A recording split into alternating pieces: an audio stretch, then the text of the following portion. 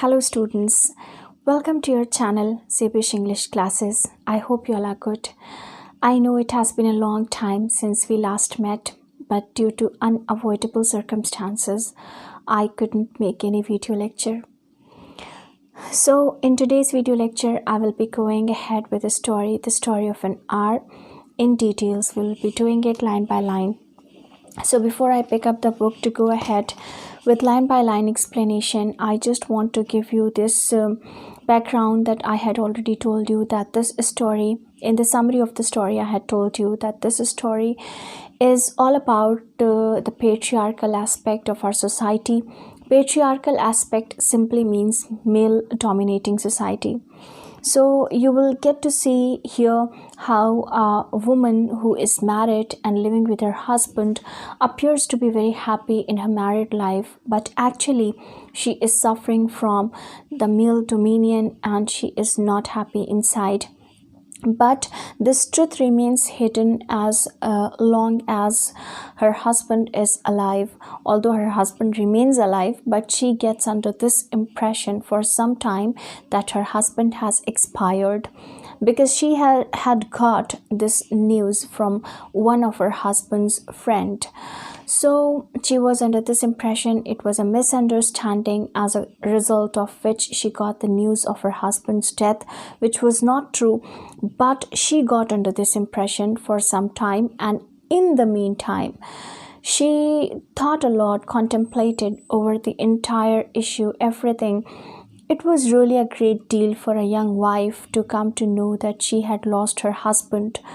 But how she contemplated over it, and after pondering at length, she arrived at the conclusion that she was rather happy about her husband's death, because she was not very happy in her married life due to a number of restrictions and boundations and a lot of confinements that had been established by her husband for his wife. So we can conclude from this story a very important message, that although a woman who looks happy to you as a married woman, as a wife, but if she is living in such a society or in such a circumstances where she is suffering from the patriarchal aspect or patriarchy, or you can say that her husband dominates her, either in a loving way or by compelling or forcing her, this compulsion, obligation, or loving obligations as well, limitations as well, any kind of a restriction, when repeated over time, it really reduces the feeling of love and somewhere that human being, because a woman is also a human being, and she begins to feel bad about it,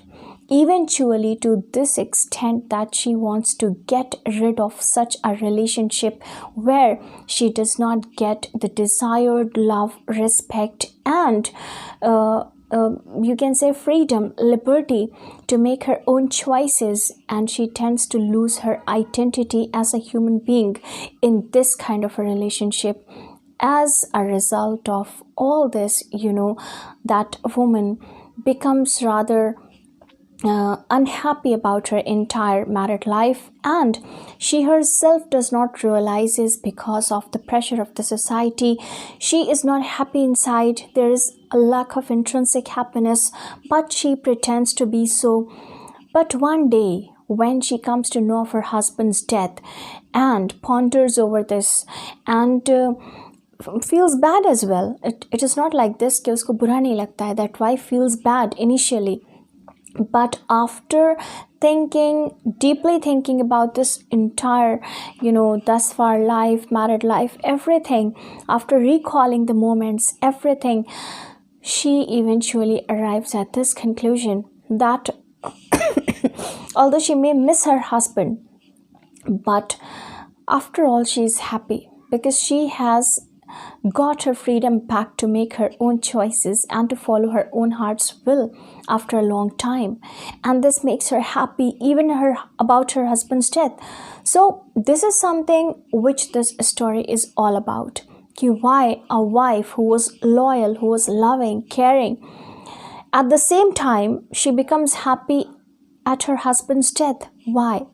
Because of that pressure, that compulsions, that obligation, that limitations, confinements, and restrictions that she had been continuously experiencing in her married life due to the patriarchy present in the society and a male person trying to dominate his wife.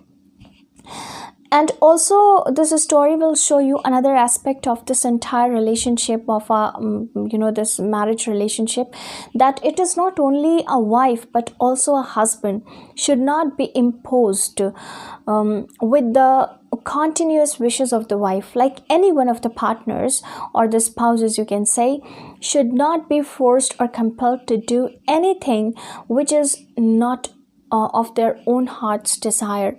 So it can happen once or twice, rarely, but when it starts happening repeatedly and one of the spouses is like imposed the other partner's will and choices every time, then it really becomes suffocating for the partner who is a victim of this and suffering from this continuous suppression of his or her heart's desire.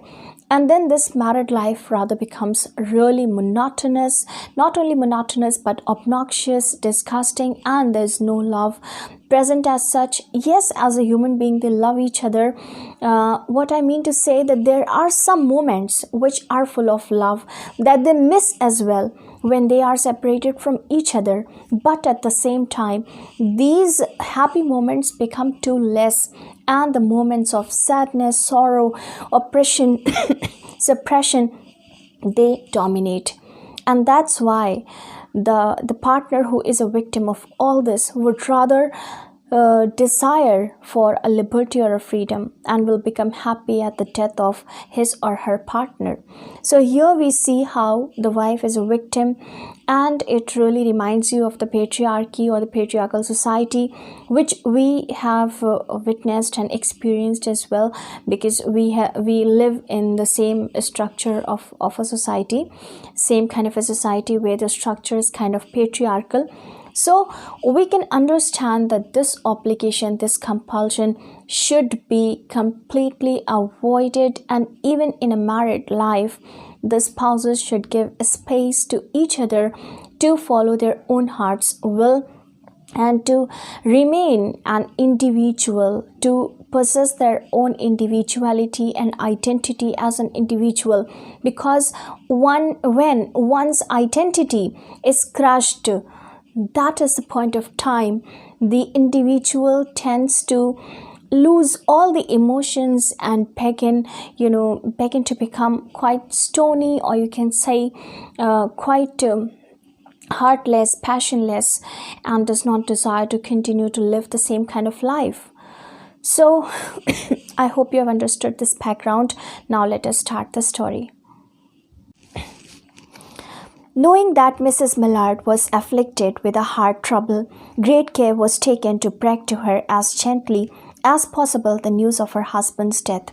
Actually, everyone knew, like whoever was acquainted with Mr. Millard, they were aware about this fact that his wife was already suffering from such a heart disease or a heart problem that if she gets to know some extreme kind of a news very suddenly or abruptly, then it can cause her heart attack. So that's why everyone used to take care of this, that she should not be given any extreme kind of news abruptly or suddenly. It was her sister Josephine who told her in Procan. Okay, so just because everyone knew about this that Mrs Malad जो हैं, जो कि mister Malad की wife हैं, तो क्योंकि उनको ये प्रॉब्लम है कि उनको एक हार्ट प्रॉब्लम है, ये है कि इफ़ शी इज़ गिवन कोई भी एक्सट्रीम न्यूज़ तो वो उनको हार्ट अटैक आ सकता है, चाहे वो बहुत एक्सट्रीम लेवल की गुड न्यूज़ हो या एक्सट्रीम लेवल की बैड न्यूज़ हो. She will not be able to tolerate that extreme news if she is given that news abruptly. So इसीलिए जब उनके हस्बैंड की डेथ हुई, जो कि एक्चुअल में हस्बैंड की डेथ नहीं होती है बट एक मिसअंडरस्टैंडिंग हो जाती है मिस्टर मलाड के एक फ्रेंड को, तो उनको लगता है इस मिसअंडरस्टैंडिंग की वजह से कि उनके जो फ्रेंड है mister Malad, he has died. तो अब ये जो न्यूज़ है ये जा कर के देनी है उनकी वाइफ को। तो बहुत ही केयर इस बात की जाती है कि बहुत जेंटल तरीके से उस न्यूज़ को उनके सामने ब्रेक किया जाए, क्योंकि जो भी उनके एक्वेंटेंस के लोग हैं सब जानते थे उनकी इस प्रॉब्लम को, तो they used to take care of it. It was her sister Josephine who told her. तो वो जब घर आते हैं मिस्टर मलाड के और फिर बहुत ही प्रॉपर तरीके से वो उनकी सिस्टर तक उस मैसेज को कन्वे करते हैं। फिर जो उनकी सिस्टर हैं जोसेफाइन, जो कि मिसेस मलाड की बहन है, वो उस न्यूज़ को जाकर के ब्रेक करती हैं अपनी सिस्टर को इन ब्रोकन सेंटेंसेस, मतलब सेंटेंसेस को काफ़ी ब्रेक करके, एनालाइज करके, तोड़ के, so that this news should not be broken to her abruptly or suddenly and all of a sudden कि वो बस सुनते ही परेशान हो जाएं। तो जब मिस्टर मलाड की डेथ का बताती हैं जोसेफाइन उनको, तो बहुत तोड़ के veiled hints that revealed in half concealing। veiled का मतलब है छुपी हुई, hidden hints, मतलब बहुत छुपे, मतलब इनडायरेक्ट हिंट्स देती हैं वो, और जिसको वो रिवील मतलब डिस्क्लोज भी करती हैं, तो बहुत थोड़ा सा कि ऑल ऑफ अ सडन नहीं होने पाए, एट वंस ना हो। Her husband's friend Richards was there too near her. तो क्योंकि रिचार्ड को ही पता चला था मिस्टर मलाड के डेथ का, जो वो न्यूज़ लेकर के आए, फिर उन्होंने डायरेक्टली उनकी वाइफ को नहीं बताया, उनको पता था इस बारे में, इस प्रॉब्लम के बारे में, उन्होंने जोसेफाइन को कन्वे किया। फिर Josephine took up the responsibility to break the news to her sister Mrs Mallard, और उन्होंने बहुत धीरे धीरे एनालाइज करके, ब्रेक करके सेंटेंसेस को, और बहुत ही इनडायरेक्टली और कुछ मैटर को छुपाते हुए, कुछ रिवील करते हुए, बहुत ही प्रिकॉशंस को लेकर के उन्होंने अपनी सिस्टर को उस न्यूज़ को बताया, हाफ़ कंसीलिंग मतलब हाफ़ हिडन मैनर में। और जो उनके फ्रेंड थे रिचार्ड्स, जो कि न्यूज़ को लेकर के आए थे, वो वहीं पास में उस टाइम खड़े हुए हैं to take care of her. It was he who had been in the newspaper office when intelligence of the railroad disaster was received with Brently Mallard's name leading the list of killed. Actually हुआ ये था कि ये जो है mister Richards जो हैं, वो न्यूज़पेपर ऑफिस में थे जब रेल रोड डिज़ास्टर के इंटेलिजेंस ने इस न्यूज़ को रिवील किया कि एक एक्सीडेंट हो गया है जिसमें कई लोगों की डेथ हो गई है, और डेथ की जो लिस्ट थी उस लिस्ट में ब्रेंटली मलाड का सबसे ऊपर लीडिंग नेम था। He had only taken the name to assure himself of its truth by a second telegram and had hastened to forestall any less careful, less tender friend in bearing the sad message. Okay, तो जब Richards को ये news मिली तो उन्होंने ये ensure किया कि सबसे पहले नाम की श्योरिटी ले लिया जाए, ऐसा ना हो कि कोई और इंसान हो और ये इन्होंने गलत देख लिया हो, ब्रेंटली मलाड ना हो। तो उन्होंने बस इतना टाइम लगाया कि वो अपने आप को इस बात के लिए अश्योर कर लें कि हाँ ब्रेंटली मलाड का नाम है लिस्ट में, जो किल्ड की लिस्ट आई है उसमें है। तो उन्होंने बस उसकी ऑथेंटिसिटी को चेक करने के लिए एक सेकंड टेलीग्राम का वेट किया, और उसके बाद फिर उन्होंने फ़ौरन जो है ये किया कि he hasten, that means he did it immediately. उन्होंने फ़ौरन जा कर के इस मैसेज को खुद रिवील करना प्रेफर किया उनकी वाइफ को, क्योंकि वो फोरस्टॉल का मतलब होता है he wanted to prevent someone else to disclose that message to his wife, because he thought that he would be the right person to do this, being acquainted with her disease as well. He would take all the precautions and care while disclosing the news to her. However, he could not rely on anyone else with this care and precaution, so he ensured that before anyone else, any other friend might reach the place of Mr. Mallard to reveal the news of his death to his wife, and in a less careful manner, in a less tender, less gentle way, or maybe वो जो less gentle, less tenderness है, it might cause heart attack to his wife। तो इसीलिए उन्होंने ये ensure किया कि वो खुद पहले पहुंच जाएं किसी और के बताने से पहले। She did not hear the story as many women have heard the same with a paralyzed inability to accept its significance। आप जानते हो this is really difficult for a young wife, especially a young wife, to tolerate the death of her husband, to tolerate this news, that of the death of her husband, because for her it is her entire life, or it is quite it is something that impacts her life completely. So generally what happens, what we can imagine of a woman who gets to know of her husband's death is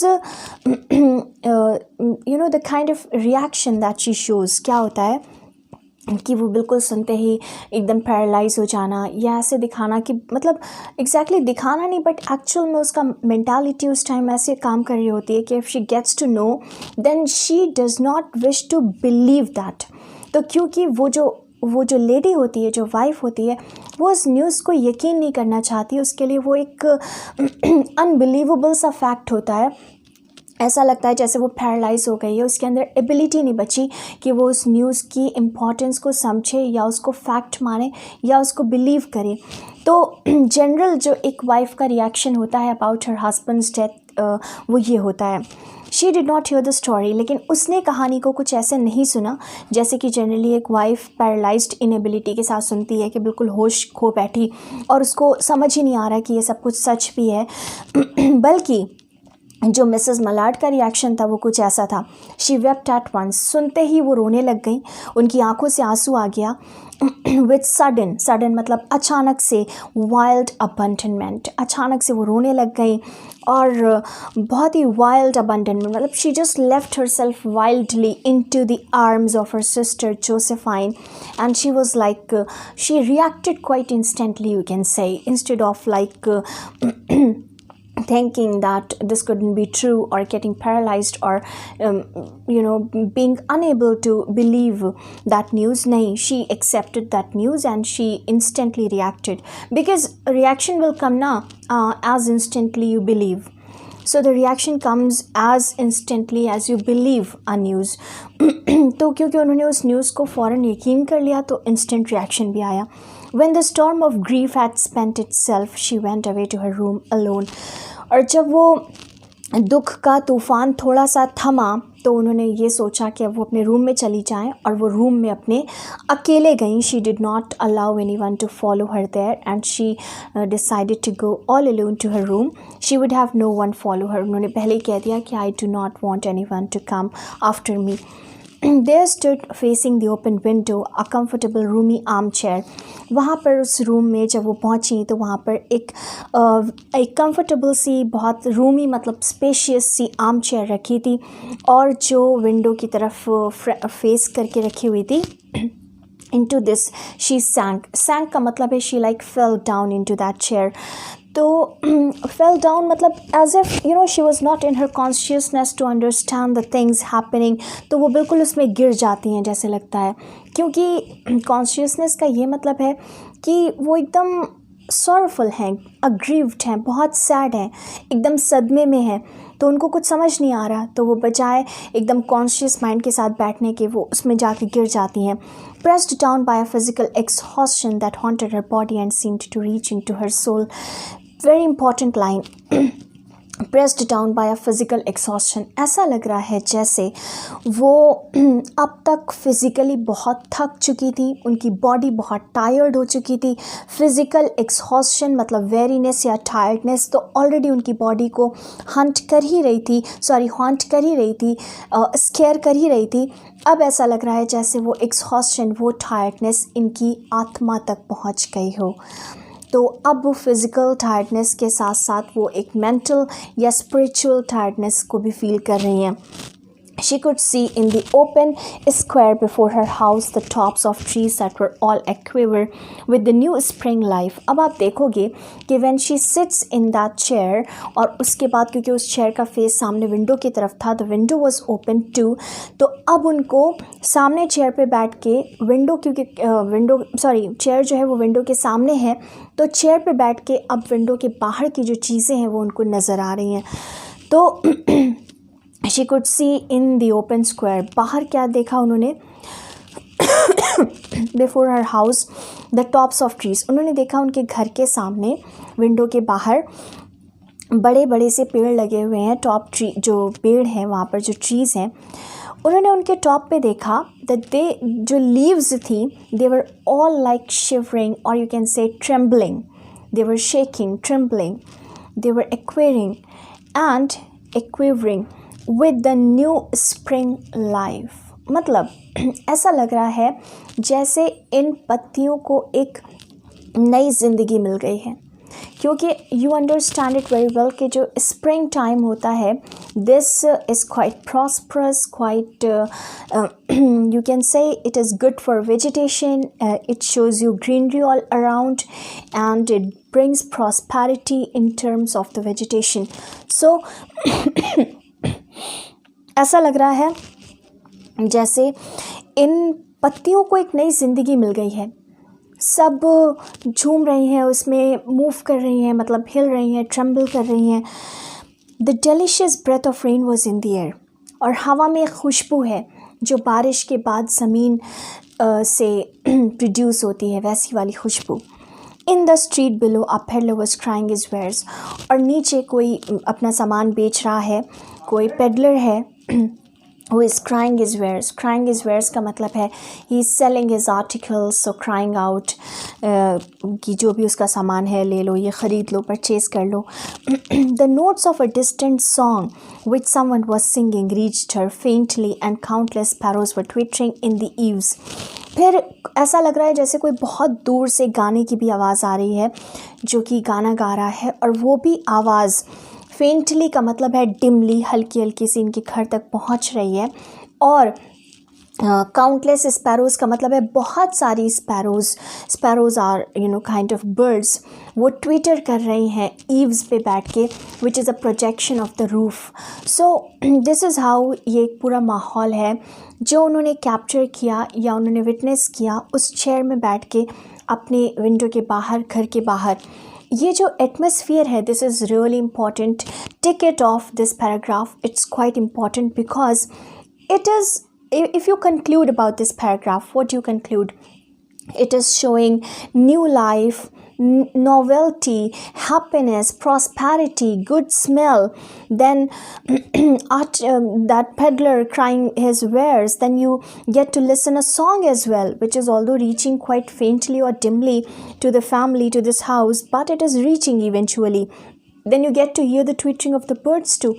Overall, it is giving you a natural feeling and quite beautiful, and means it was like enough or adequate to pacify an aggrieved person. अगर कोई इंसान बहुत दुखी बैठा है तो ऐसा लग रहा है जैसे उसको पैसिफाई करने के लिए, उसको शांत करने के लिए, उसको चीयरअप करने के लिए ये एटमॉस्फेयर बिल्कुल एक हारमोनियस था उस चीज़ के लिए।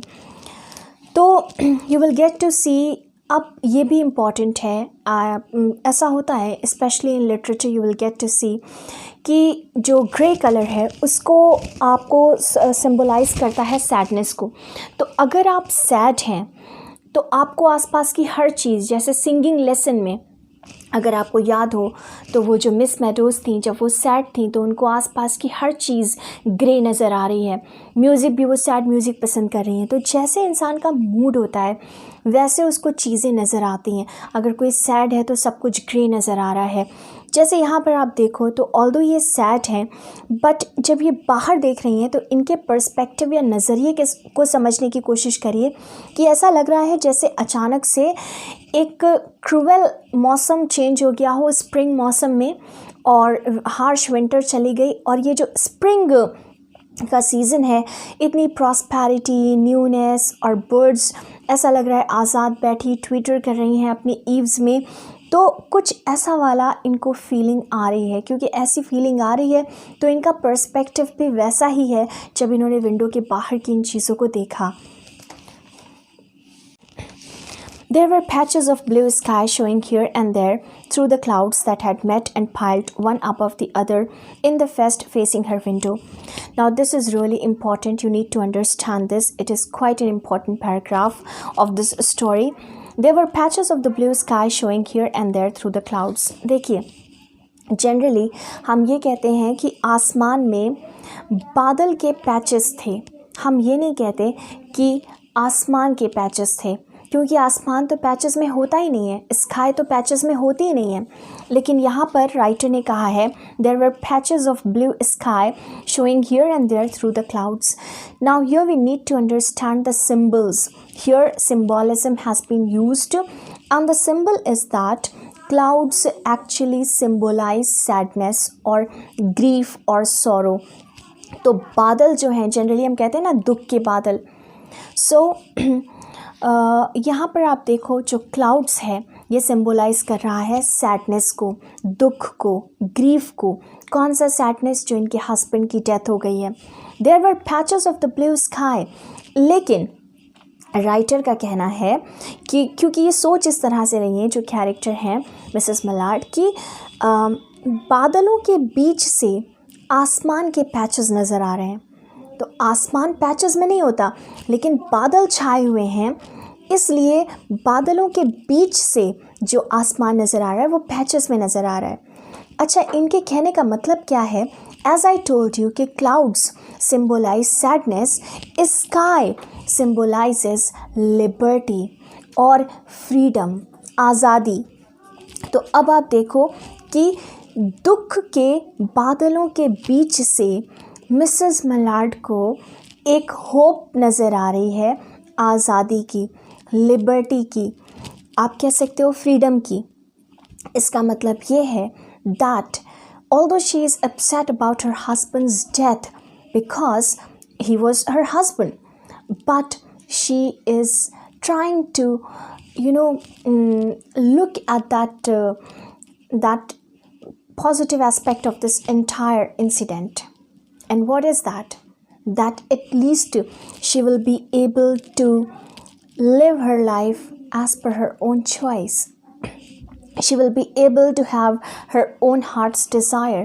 She will be able to get freedom, which she did not have as long as her husband was alive, because she was always imposed his personal wishes and choices. So, here you see कि कैसे उसने दुख के बादलों के बीच से liberty या freedom को देख लिया, स्काई को देख लिया, that had met and piled one above the other. ये क्लाउड्स के लिए कहा जा रहा है कि बादल एक जगह इकट्ठा हैं और पाइल हो गए हैं, इकट्ठा हो गए हैं एक जगह पर, और वो पाइल अप होने के बाद भी उनके बीच में कहीं पे जो गैप है, स्पेस है, उनके बीच से आसमान के पैचेस नज़र आ रहे हैं।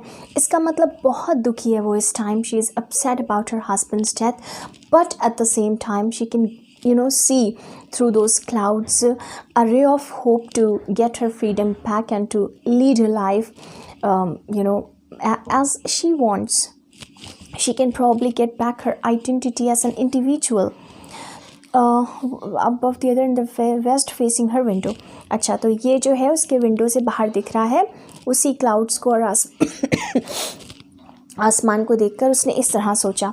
She sat with her head thrown back upon the cushion of the chair, quite motionless, except when a sob came up into her throat and shook her, as a child who has cried itself to sleep continues to sob in its dream. All right, तो वो पीछे अपना take लगा करके बैठी हुई है cushion में, चेयर के कुशन में, और बिल्कुल मोशनलेस है, मूव नहीं कर रही है, और ऐसा लग रहा है बस थोड़ी थोड़ी देर पे जैसे एक बच्चा बहुत बुरी तरह से रोते रोते सो जाए, तो सोते सोते भी उसको हिचकियाँ आती रहती हैं, सिसकियाँ वो लेता रहता है। तो बिल्कुल वैसे वाला है कि इतना ज़्यादा ये जैसे रोई हैं कि एक थोड़ी थोड़ी देर पे एक हिचकी सी इनको आ रही है, बस इतना है, अदरवाइज ये बिल्कुल मोशनलेस है और टेक लगा करके। एंड शी इज़ पॉन्डरिंग और contemplating simply means that she is in a deep thought. She is meditative right now, or contemplative. That means she is thinking very deeply about her thus far married life and everything, her spouse, his reactions, all the moments that were quite happy, that were sad as well. So when she weighs everything together, then she concludes that overall she wasn't happy in this married life. Why? Because as a human being she couldn't tolerate being dominated all the time. So she was young with a fair, calm face whose lines bespoke repression and even a certain strength, but now there was a dull stare in her eyes whose gaze was fixed away off yonder on one of those patches of blue sky. It was not a glance of reflection, but rather indicated a suspension of intelligent thought. Okay, so this paragraph is all about her physical appearance, the description of her physical appearance, that she was young first of all, and her face was quite fair and quite calm, and उसके चेहरे पर जो line है वो जैसे ऐसा लग रहा है कि उसका चेहरा जो ओवरऑल फीचर्स हैं they are like quite eloquent and they are talking about some kind of a strength, कि जैसे उनको काफ़ी दबाया गया हो उस चेहरे को, उस इंसान को, जैसे कहते नहीं एक चेहरा बोलता है, तो उसके चेहरे को देख के ऐसा लगता है जैसे उसने काफ़ी सप्रेशन फेस किया है, लेकिन फिर भी एट द सेम टाइम उसके अंदर एक ताकत, एक स्ट्रेंथ है. But now there was a dull stare in her eyes. लेकिन अगर अभी की बात करें प्रेजेंटली, उसकी आँखों में एक डल स्टेयर है. स्टेयर का मतलब होता है to look fixedly at one place, लेकिन डल का मतलब है जैसे लग रहा है कि वो देख तो रही है किसी एक जगह पे बहुत फिक्स्ड निगाहों से, लेकिन वो एक डलनेस है, आँखों में एक चमक नहीं है. तो whose gaze was fixed away off yonder on one of those patches of blue sky. Very important line, please underline. और जानते हो उसकी नज़र फिक्स्ड कहाँ है? उन्हीं क्लाउड्स के बीच से नज़र आते हुए आसमान के एक पैच पर, which means that she is at present continuously thinking about the freedom, imminent freedom, or the freedom which she is about to get. She is thinking about, that liberty which she had, probably desired the most, but in vain because of being married, and she was like suffering from that patriarchal aspect. It was not a glance of reflection. देख के ऐसा नहीं लग रहा जैसे वो बहुत कोई गहरी सोच में है और लॉस्ट है, ऐसा नहीं लग रहा, बट ऐसा लग रहा है जैसे वो किसी बहुत ही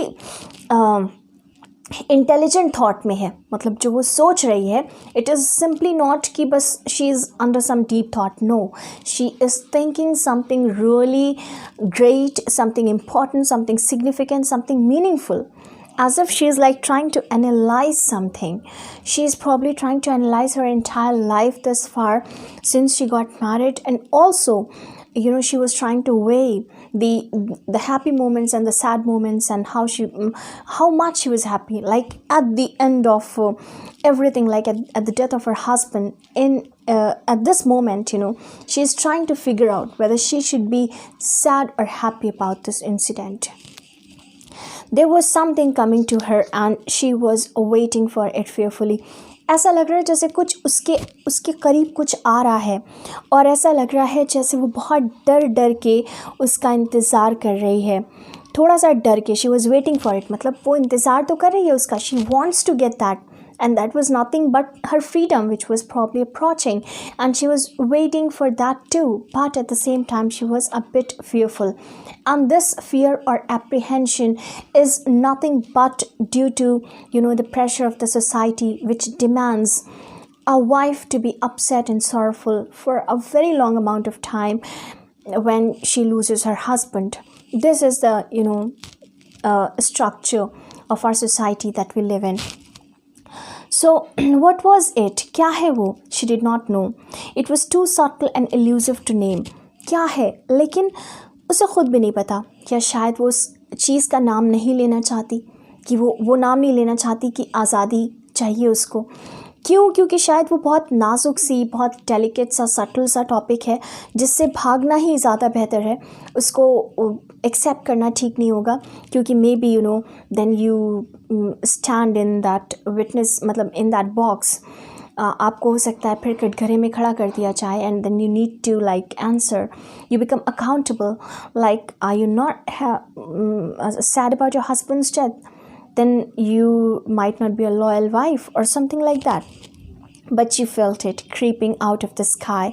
But उसको महसूस हो रहा है जैसे कि वो उस स्काई से धीरे धीरे मूव करती हुई जा रही है, reaching toward her through the sounds. अच्छा, मतलब शी फेल्ट इट, उसको महसूस हो रहा है कि कोई चीज़ आसमान से निकलते हुए आ रही है. Okay, and that is none other than her freedom और liberty.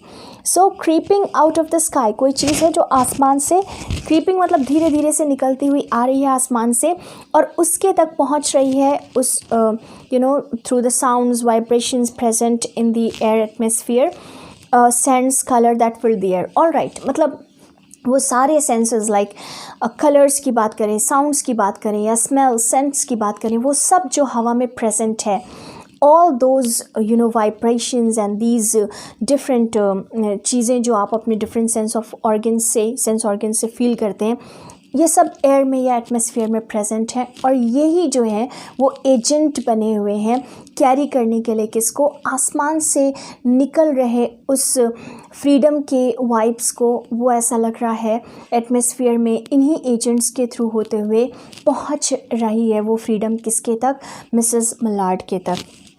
Now her bosom rose and fell tumultuously. She was beginning to recognize this thing that was approaching to possess her, and she was striving to beat it back with her will. Okay, देखो, because ना कि अब ऐसा लगा जैसे उसकी heart beat बहुत तेज़ी से बढ़ गई और उसका बॉसम जो है एकदम, मतलब her heart like began to puff up और स्वेल. एंड उसको एक डर सा भी लग रहा है, जैसे अंदर से एक ट्यूमल्ट सा या एक टॉर्चरिंग सा फील हो रहा है, क्योंकि अब उसको रियलाइज़ हो रहा है कि क्या चीज़ है वो जो उसको अप्रोच कर रही है, उसके करीब आ रही है और वो कोशिश कर रही है अपनी पूरी ताकत से, अपनी पूरे स्ट्रगल से, अपनी पूरी स्ट्रेंथ से वो स्ट्रगल कर रही है इस बात के लिए कि वो अपनी उस विल को दबा दे, to beat it back with her will. Okay, अपनी विल से, अपनी ख्वाहिश से, अपनी स्ट्रेंथ से वो दबाने की कोशिश कर रही है उस चीज़ को जो आसमान से निकल के उसको अप्रोच करती हुई उसके पास आई है, उसको अप्रोच कर रही है. As powerless as a two white slender hands would have been. और उसको ये महसूस हो रहा है कि लेकिन वो बहुत ही हेल्पलेस है इस चीज़ में, क्योंकि वो उस चीज़ को दबा नहीं पा रही है, उस अप्रोच को जो उसके तक आया वो उसको नहीं दबा पा रही है और वो अपने आप को इतना पावरलेस महसूस कर रही है, बिल्कुल उतना जितने कि उसके नाजुक से दो वाइट और स्लेंडर हैंड्स हैं. When she abandoned herself, a little whispered word escaped her slightly parted lips. और जब उसने अपने आप को लाइक छोड़ दिया, बिल्कुल अबंडन कर दिया, तो एक हल्का सा उसके मुंह से शब्द निकल गया विस्परिंग टोन में. ऐसा लगा उसके पार्टेड लिप्स, मतलब जो लिप्स सेपरेट थे और आपस में जुड़े हुए नहीं थे, मतलब she hadn't closed her mouth at that time, हल्का सा मुंह खुला हुआ था और उसके पार्टेड लिप्स से ये शब्द निकला विस्परिंग टोन में. और वो शब्द क्या था, escaped her. Okay, she said it over and over under her breath. और उसने बहुत अंदर ही अंदर उस शब्द को दबाते हुए कहा, फ्री फ्री फ्री. तो वो उसके जैसे सांसों से अंदर से निकल रहा है. The vacant stare and the look of terror that had followed it went from her eyes. और अभी तक जो आँखों में एक जैसे लग रहा था खालीपन सा है, डलनेस है और जो एक डर था वो सब जैसे चला गया. And they stayed keen. They eyes को कहा जा रहा है. Eyes stayed keen and bright. Keen is sharp. उसकी आँखें अभी भी sharp हैं, bright हैं. Her pulses beat fast और heart beat तेज़ हो गई है उसकी. And the coursing blood warmed and relaxed every inch of her body. और जाहिर सी बात है जब हार्ट बीट फास्ट हो जाती है तो ब्लड सर्कुलेशन भी बढ़ जाता है. तो ब्लड सर्कुलेशन जब बढ़ा है बॉडी के अंदर तो बॉडी जैसे एक अजीब सा वार्म अप हो गई है, एक वार्मथ आ गई है बॉडी के अंदर और ऐसा लग रहा है जैसे उसकी बॉडी का हर एक पार्ट एकदम रिलैक्सिंग सिचुएशन में आ गया और रिलैक्स कर रहा है उसकी बॉडी का हर एक पार्ट इस time. She did not stop to ask if it were or were not a monstrous joy that held her. तो वो ये सोच रही है, वैसे वो रुकी नहीं ये सोचने के लिए exactly.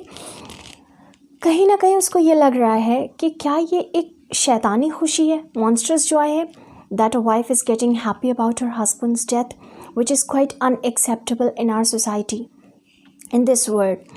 Anywhere, it is not acceptable. It will be considered in this way that either the wife wasn't happy with her husband or was not loyal to him, or something was happening due to which she is rather happy at her husband's death. So वो एक तरह से feeling ये आ रही है उसके दिमाग में कि क्या लोग इसको एक मॉन्स्टरस जॉय समझेंगे, कि जाहिर सी बात है वो खुश है इस वक्त, वो ये सोच के खुश है कि उसके हस्बैंड की डेथ हो गई, और ये खुशी अपने आप में उसको ये भी लग रहा है कि क्या ये एक मॉन्स्टर्स जॉय है, इस बात के लिए खुश होना कि हस्बैंड की डेथ हो गई, क्या लोग उसे एक ईवल स्पिरिट समझेंगे इस बात के लिए। बट वो ये सब सोचने के लिए रुक नहीं रही है, बहुत वेट नहीं कर रही है। A clear and exalted perception enabled her to dismiss the suggestion as trivial. अब वो एक्चुअल में इतनी खुश है कि जैसे कि उसे ये लग रहा है कि ये सब चीज़ें अब मैटर नहीं करती, ये सब इम्पॉर्टेंट नहीं है। उसका इतना क्लियर और एक्सॉल्टेड का मतलब है हैप्पी एंड एक्साइटेड परसेप्शन है इस टाइम उसके अंदर। वो इतना खुश और एक्साइटेड है कि उसको ऐसा लग रहा है कि ये फीलिंग बहुत ही छोटी है, ट्रिवियल है। ट्रिवियल मतलब स्मॉल, वर्थलेस, और इसके बारे में सोचना बेकार है। She knew that she would weep again. हाँ, एट द सेम टाइम उसको ये भी पता है कि अभी एक मोमेंट बचा हुआ है, अभी तो सिर्फ पता चला है कि हस्बैंड की डेथ हो गई है, अभी हस्बैंड की डेड बॉडी भी आएगी। तो जब हस्बैंड की डेड बॉडी आएगी और जब वो देखेगी उसके हस्बैंड को, उसकी डेड बॉडी को और उसके हाथों को देखेगी, शी वुड वीप अगैन। उसको फिर से रोना आ जाएगा, वो फिर एक बार रोएगी, बहुत रोएगी। When she saw the kind tender hands folded in death, जब वो अपने हस्बैंड के हाथों को देखेगी जो डेड हो चुके होंगे और जिसने कभी उसको बहुत काइंडनेस और टेंडरनेस के साथ टच किया होगा, the face that had never looked save with love upon हर, और उसको इस बात के लिए भी बुरा लगेगा जब वो अपने हस्बैंड के फेस को देखेगी कि जिस चेहरे ने कभी उसको बहुत ही प्यार से भी देखा होगा, और बल्कि जब भी देखा होगा तो विद लव देखा होगा। That had never looked save with love, save मतलब except with love upon her. उसको ये बुरा लगेगा कि the same face of her husband used to look at her only with love, you know. और आज वो चेहरा फिक्स्ड हो चुका है मतलब फर्म हो चुका है, ग्रे, क्योंकि डलनेस आ गई है चेहरे पे, क्योंकि चेहरा डेड हो चुका है। तो वो जब डेड चेहरे को, डेड हाथों को देखेगी अपने हस्बैंड के, तो उसे फिर से रोना आएगा। But she saw beyond that bitter moment, a long procession of years to come that would belong to her absolutely. लेकिन उसने सोचा कि वो एक मोमेंट होगा, उस मोमेंट के बाद अगर इस बिटर मोमेंट के बियॉन्ड सोचो, इस ख़राब मोमेंट के, बुरे मोमेंट के आगे का सोचो, तो आने वाले बहुत से साल ऐसे होंगे जो उसके अपने होंगे, जिसमें वो अपनी मर्ज़ी से ज़िंदगी को गुजारेगी, जो चाहेगी वो करेगी, जैसे चाहेगी वैसे जिएगी। And she open and spread her arms out to them in welcome, and it shows that she was at the end very happy, क्योंकि ऐसा लग रहा है जैसे उसने अपनी बाहें फैला दी हैं अपने आने वाली ज़िंदगी को वेलकम करने के लिए, उन ईयर्स को वेलकम करने के लिए जिसमें उसकी अपनी आइडेंटिटी, इंडिविजुअलिटी और अपनी चॉइस होगी। There would be no one to live for her during those coming years. उन आने वाले सालों में कोई नहीं होगा जो उसके साथ रह रहा होगा और उसके लिए रह रहा होगा, to live for her. Okay, लेकिन ना सिर्फ उसके लिए रह रहा था उसका हस्बैंड, बल्कि बहुत सी चीज़ें थी जो उसको अपने हस्बैंड के हिसाब से करनी थी। तो आने वाले सालों में कोई नहीं होगा जो उसके लिए रह रहा हो। She would live for her self, कोई उसकी चीज़ें डिसाइड नहीं करेगा, कोई उसके लिए नहीं जिएगा, वो अपने लिए जिएगी, अपनी चीज़ें खुद करेगी। There would be no powerful will bending hers. Powerful will का मतलब है किसी दूसरे की पावरफुल डिज़ायर, विल मतलब ख्वाहिश, आ करके उसकी अपनी ख्वाहिशों को बेंड नहीं करेगी। In that blind persistence with which man and women believe, क्योंकि जो एक ब्लाइंड परसिस्टेंस मतलब कह सकते हैं टेंडेंसी है हमारे यहाँ पर, एक हम लोग अंधों की तरह उस टेंडेंसी को फॉलो करते हैं। वो क्या है? ये माना जाता है हमारी सोसाइटी में, when man and women both believe that they have a right to impose a private will upon a fellow creature, उनको ऐसा लगता है कि वो अपने पार्टनर के ऊपर अपनी प्राइवेट चॉइस को इम्पोज कर सकते हैं। जबकि ऐसा नहीं है। तो उन्होंने कहा कि ये ब्लाइंड परसिस्टेंस है, ये एक ह्यूमन टेंडेंसी है जिसको हम फॉलो कर रहे हैं, बहुत ब्लाइंडली फॉलो कर रहे हैं। इसके बारे में कभी नहीं सोचते कि ये किस हद तक सही है, गलत है। Man and women both believe कि उनका हक है कि वो अपनी प्राइवेट चॉइस को अपने पार्टनर पर ज़बरदस्ती इम्पोज करें। A kind intention or a cruel intention made the act seem no less a crime as she looked upon it in that brief moment of illumination. Again, it is really important, underline this and try to understand. फिर in that brief moment of illumination का मतलब है ऐसा लगा जैसे वो उस छोटे से पल में enlightened हो गई with this knowledge. उसको ये ज्ञान का प्रकाश मतलब उसको मिल गया, वो प्रकाशित हो गई उस ज्ञान से, या उसको इल्म की रोशनी मिल गई, उसको वो लाइट ऑफ नॉलेज मिल गई, और उसको वो लाइटेंड हो गई, एनलाइटेंड हो गई उस नॉलेज से। क्या उसको रियलाइज़ हुआ कि चाहे कोई इंसान बहुत काइंड तरीके से, प्यार से, मोहब्बत से, काइंड इंटेंशन से आपको ज़बरदस्त मतलब आपके साथ अपनी विल्स को इम्पोज करने की कोशिश करे, आपके ऊपर अपनी मर्ज़ी को थोपे, चाहे कोई क्रूअल इंटेंशन के साथ अपनी मर्ज़ी को आपके ऊपर थोपे, लेकिन उससे वो क्राइम कम नहीं हो जाता। मतलब एक इंसान आप अपनी मर्ज़ी को हमेशा आप पर इम्पोज कर रहा है, तो वो चीज़ गलत है। किसी और का अपनी मर्ज़ी को आपके ऊपर हमेशा इम्पोज करना गलत है, फिर चाहे वो प्यार मोहब्बत से करे या फिर आपके साथ ज़बरदस्ती करके और क्रूअल तरीके से करे। फॉर एग्ज़ाम्पल, अगर हम इस केस में देखें तो जैसे जो ओवरऑल एक रिएक्शन आया है मिसेस मलाड का, उसे देख के ऐसा लगता है कि उसके हस्बैंड उसको कॉम्पेल करते थे और उसकी चीज़ें वो अपने हिसाब से नहीं कर पाती थी। एक तरह से वो अपने हस्बैंड के अंडर थी और हस्बैंड के हिसाब से उसको चलना पड़ता था, सारी डिज़ायर्स उनकी फॉलो होती थी। लेकिन ये समझ में आया है कि उसके हस्बैंड उसके साथ काइंड बिहेवियर रखते थे और उसको अपनी मर्ज़ी भी करवाते थे, तो बहुत काइंड तरीके से। For example, I love you a lot and that's why I care for you and that's why I want you to do this, because I love you, I care for you, that's why I want you to do this.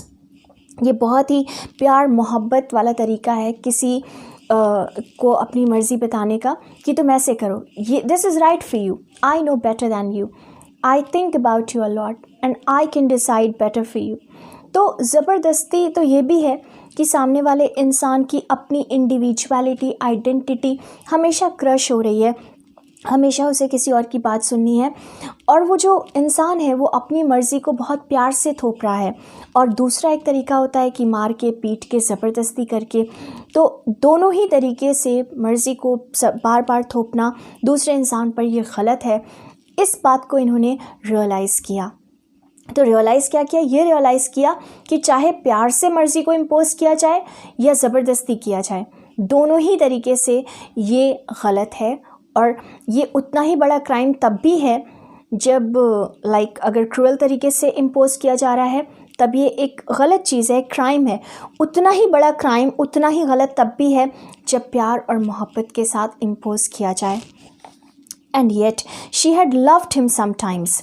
इसका मतलब ये बिल्कुल भी नहीं है कि कुछ अच्छे मोमेंट्स नहीं थे ज़िंदगी में, अच्छे मोमेंट्स भी थे, उसने बहुत प्यार भी किया था उसे। Often she had not. हाँ, कई बार ऐसा भी मोमेंट आया था जब उसने नहीं भी प्यार किया था और जब उसे बहुत बुरा भी लगता था कुछ चीज़ों को लेके। What did it matter? लेकिन अब क्या फ़र्क पड़ता है? What could love, the unsolved mystery, count for in the face of this position of self-assertion which she suddenly recognized as the strongest impulse of her being?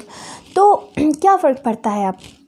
What could love, the unsolved mystery, और वो मोहब्बत जो कि अब एक unsolved mystery बन गई है कि कैसा प्यार था वो। Count for in the face of this position of self assertion.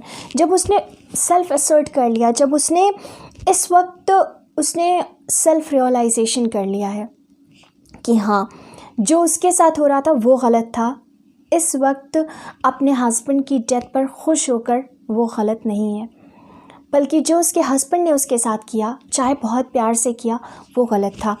अब इस सेल्फ असर्शन के बाद क्या फ़र्क पड़ता है उस मोहब्बत का या उस अनसॉल्व्ड मिस्ट्री का, which she suddenly recognised as the strongest impulse of her being. और उसने अचानक से ऐसा महसूस किया कि अब मतलब एक उसकी अपनी इंडिविजुअलिटी जो है वो मैटर करती है, उसकी अपनी सोच मैटर करती है, उसकी आइडेंटिटी मैटर करती है। और फिर उसने कहा free body and soul free. She kept whispering, वो विस्पर करती रही, free body and soul free. Josephine was kneeling before the closed door with her lips to the की होल।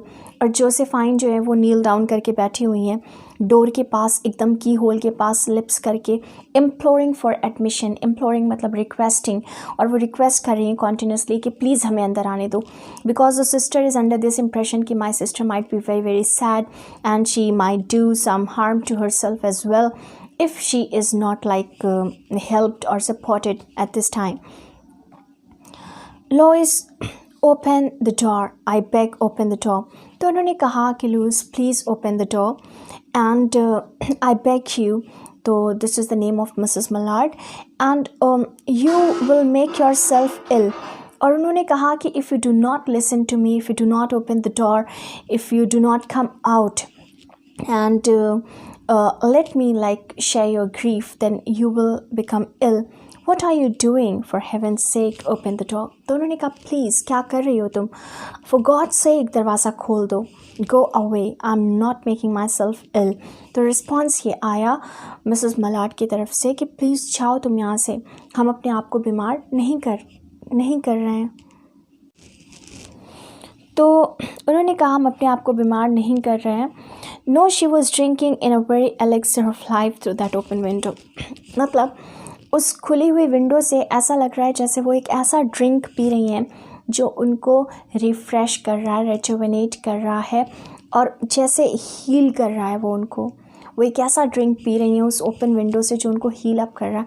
इसका मतलब ये है कि जब उन्होंने विंडो के बाहर देखा, जो सीन था सब कुछ, और वो जो पैचेस ऑफ ब्लू स्काई दिख रहे थे उनको क्लाउड से, उसको देखकर उनको अपनी फ्रीडम का एहसास हुआ उनको, क्योंकि स्काई जो है वो सिंबलाइज़ करता है फ्रीडम को, तो उनको एहसास हुआ फ्रीडम का, और उनके अंदर ये विश भी बहुत ज़्यादा इंटेंस लेवल पे प्रोड्यूस हो गई। और फिर अब वो इतना एंजॉय कर रही हैं इस तरह से बाहर देखते हुए, और ये सोच कर कि वो खुश हैं अपने हस्बैंड की डेथ पे, क्योंकि ठीक है थोड़ी देर के लिए दुख होगा, अभी डेड बॉडी आएगी तब भी बुरा लगेगा, she will weep also, but eventually अगर आने वाले ईयर्स को देखा जाए तो बची हुई जो ज़िंदगी है वो बहुत अच्छी हो जाएगी, because she will get back her own identity as an individual, she will be able to enjoy her life and she will be able to follow her own heart's will most importantly.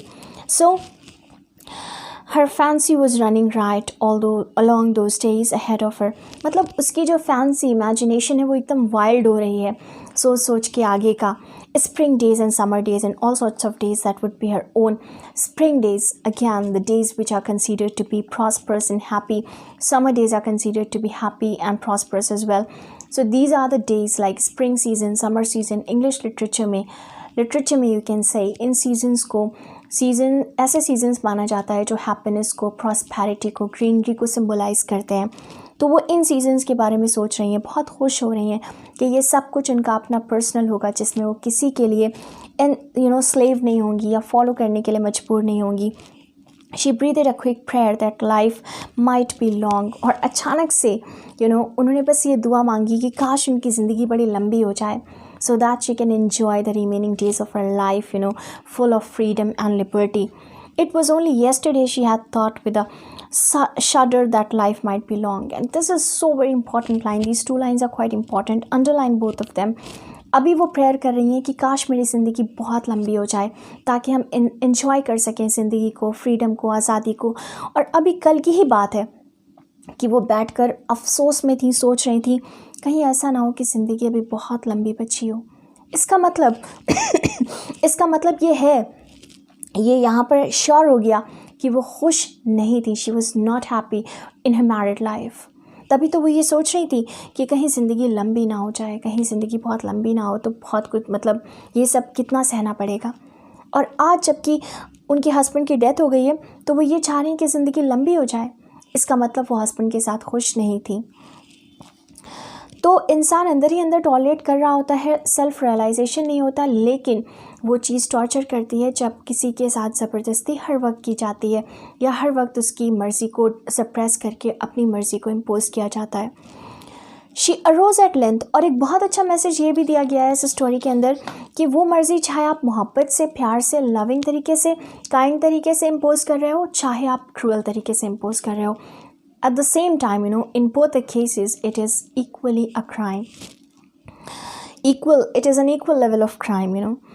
So she arose at length and opened the door to her sister's importunities. इसका मतलब कि फिर at length मतलब after a long time वो उठी, खड़ी हुई, दरवाज़ा खोला, उनकी सिस्टर की रिक्वेस्ट बहुत देर से आ रही है, अब खोला उन्होंने।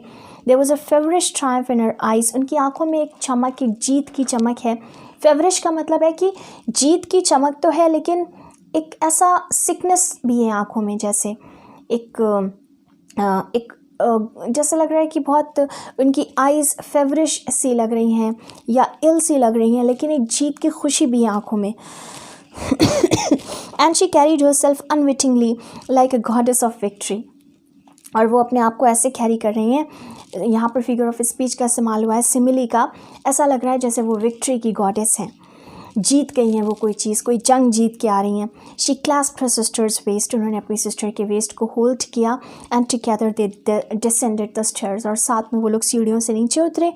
Richards stood waiting for them at the bottom, Richards अभी तक नीचे खड़े हुए हैं और इंतज़ार कर रहे हैं, क्योंकि उनको लगा कि सब कुछ ठीक होना चाहिए, ऐसा ना हो कि मिसेस मलाड को कोई प्रॉब्लम हो जाए, जैसे कि उनको ऑलरेडी एक हार्ट डिसीज़ है, प्रॉब्लम है। Someone was opening the front door with a latch key, और तभी कोई ऐसा लग रहा है कि फ्रंट डोर कोई खोल रहा है लैच की से। It was Brentley Millard who entered, और ब्रेंटली मिलार्ड थे जो अंदर आए। And a little travel stained compositely carrying his gripsack and umbrella. Okay, अंदर आए और कपड़ों पे थोड़ा सा मतलब स्टेन्स, दाग वाग लगे हुए हैं ट्रैवल करने से जो थोड़े बहुत लग जाते हैं, और उनके हाथ में बहुत ही उन्होंने कंपोस्ट तरीके से कैरी किया हुआ है उनका जो ग्रिप सैक है, मतलब जो एक कह सकते हैं आपकी एक बैग है, और अम्ब्रेला कैरी किया हुआ है। He had been far from the scene of accident. Actually, he was not a victim of the accident because he was quite away from that spot at that point of time, and he did not even know there had been one. Even he wasn't aware. So just because he was quite away from that site of accident, he did not even know about that accident. He stood amazed at Josephine's piercing cry. And when Josephine saw him and cried badly, deafening cry, उन्होंने एकदम बहरा कर देने वाली आवाज़ से चिल्लाई वो खुशी से ही, तो वो अमेज्ड हो गए, कि वो शॉक्ड हो गए, सरप्राइज्ड कि क्या हो गया, ये जोसेफाइन इतनी खुश क्यों हो गई, ऐसे क्यों चिल्ला रही हैं। At Richard's, he stood amazed at Josephine's piercing cry. At Richard's quick motion. अच्छा, और जब ऐसा हुआ तो रिचर्ड्स का फ़ौरन जो मोशन था to screen him from the view of his wife, तो रिचर्ड्स फ़ौरन टर्न हुए उनकी वाइफ की तरफ ये देखने के लिए कि वाइफ का क्या रिएक्शन है, राइट, इनको देख करके। But Richards was too late, लेकिन रिचर्ड बहुत लेट हो गया रिचर्ड्स टर्न होकर के वाइफ को देखने में, because by the time he turn towards his wife, and that means towards Mrs. Millard, to find out her reaction when she saw her husband. So by that time, Mrs. Millard had already expired. She had passed away. So the doctors were called to see her. When the doctors came, they said she had died of heart disease of joy that kills. तो ये जो ख़बर थी ये उनको अचानक से मिल गई, husband was alive in front of her. तो डॉक्टर्स ने डिक्लेयर किया कि असल में इनकी डेथ हो गई है हार्ट डिजीज़ की वजह से। और ये हार्ट डिजीज़ कौन सी, मतलब जो इनको था कि एक्सट्रीम लेवल की खुशी या गम इनको नहीं मिलना चाहिए, तो यहाँ पर एक्सट्रीम लेवल की खुशी जो थी उसने इनको मार डाला। तो आप देखिए डॉक्टर्स को लग रहा है कि जब इन्होंने अपने हस्बैंड को अलाइव देखा अपने सामने, तो इनको इतने एक्सट्रीम लेवल की खुशी महसूस हुई कि उस खुशी से इनकी जान चली गई, उस हैप्पीनेस से जान चली गई, जबकि as a matter of fact she had not died of that happiness, but she hadn't died of joy, but she had died of sadness. उनकी डेथ खुशी से नहीं हुई है, सैडनेस से हुई है। लेकिन आप देखो, this will remain a secret for everyone forever. क्यों? क्योंकि this is the structure of our society that we only imagine that a wife is happy when her husband is alive and she's sad when her husband dies. And she will surely be extremely happy if she finds her dead husband back alive and comes to know that it was a misunderstanding. तो doctors ने भी यही declare किया कि जो इनकी death हुई है वो एक्सट्रीम लेवल के जॉय से हुई है, जबकि as a matter of fact we as readers know that it is not true and she had died of sadness, of that depression कि अरे ये तो ज़िंदा है। और उन्होंने तो कितने सारे ख्वाब देख लिए थे कि बिकॉज ही हैड एक्सपायर्ड तो she was gonna live a lavish life full of freedom and liberty to follow her own heart's will, but she won't be able to do all that anymore as her husband is alive. So this was the story. I hope you have understood the story, and if there's any query, then you can put it in your comment box. Thank you so much for watching.